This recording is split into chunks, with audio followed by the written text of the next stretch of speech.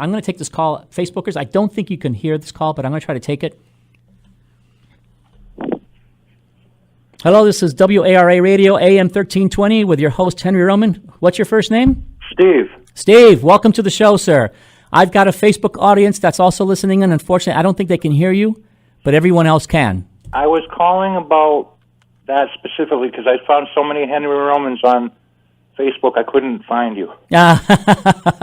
Look for the most handsome one. That would be me. That's going to be kind of tough because I'm visually impaired. Oh, well, that's a good thing. In that case, if you saw me, you would know that the claim I'm making is absolutely false. Fake news. Yeah, it's fake news. More like old, middle-aged, kind of fat, balding guy. That would be me. But proud to be an American and glad to be alive. What are we going to talk about today, sir? Well, I was just trying to find your Facebook page, but is there a way to narrow it down? Oh, dear. Look for Henry Roman from Waianae, Hawaii. Oh, that narrows it down a lot. Yeah, that'll make it a little bit easier because there aren't too many Henry Romans from especially from my town. It's only 20,000 people or so. But I appreciate your interest. Do you get a lot of email? Every once in a while, I get emails, but I get mostly Facebook comments thanking me for my show. I also get people that obviously take exception to what I have to say. But I will say this about that: people so far have been very polite with me. They disagree. They may make some counterpoints, and some of them are very strong. But what I'm encouraging, not only on the radio but also on Facebook, is let's have a dialogue. Because just because I have an opinion doesn't mean that I can't change my mind. I have an opinion based on the facts, based on my facts and my history and my experience. That's all. That's really what we all have. When you have information, you can make decisions about that information, whether you accept them as truth or not, and if you don't accept them, maybe you can corroborate them. Well, I sent you an email. You might want to look at it. I was very polite. I call you Mr. Roman. Oh, thank you. And I just wanted to throw some stuff out there that you might want to think about for talking about next time or whenever you get to it. Sure. Why don't you give me one? Why don't you give me one point that for me to think about right now?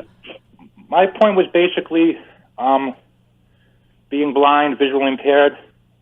We have a 70% unemployment rate, and a lot of blind people are happy to take government assistance. I work myself. Mm-hmm. I've benefited from government programs helping me find work, and I'm glad other adjustments to adapting to the situation. Mm-hmm. So basically, my question was, where do you feel the government's role is in that? Because it's not really discussed by any politicians very much, or if at all. And if you don't feel the government should help, how would you tell, especially people in the community, our community, the blindness community, to be productive? So that was basically the email. Oh, Steve, I've got a wonderful answer for you.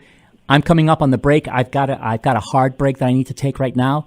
If you'd like to, you can hold on through the break and we can continue the discussion, or you can call me back, or I can answer. You might want to look at the email as well. Okay. During the break, I worded better. I would love to answer this, but I've got a hard stop coming up, and Steve, it's been a pleasure speaking with you. Feel free to call me right back if you'd like to. We can continue the discussion, but I will answer your question on the air right after the break. You're listening to WARA Radio, Thanks. AM 1320. Ours is not a perfect country, but we try. We try to live up to the ideals that were set forth on pen and paper 200 plus years ago by our founding fathers, who were themselves imperfect men, but had lofty ideals. I am an imperfect man with lofty ideals. President Trump is a very imperfect man with lofty ideals. And that is why I support him.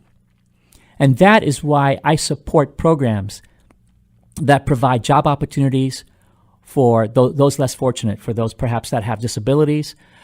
As a human resources manager, I am fully supportive of ADA accommodations, Americans with Disabilities Act. I am happy to do it, and I am willing to do it to accommodate people that for some reason or another have suffered a disability. I am happy to make accommodations. That is who we are as a country. But now, my friends, I'm going to ask you something. Escape me. So I do believe that government has a role to play. This idea of providing guaranteed minimum income for people who are unwilling or unable to work, I don't like that. Hey, I have to go to work every day. If you're able to go to work and you can get a job, you need to go. You need to work. What is it? This nonsense about unwilling to work? Like this gentleman Steve called me. God bless you, Steve. He is visually impaired and he is willing to work. He wants to work. He is able to work. That's what we need. When people are not willing to work, then what value are they to us?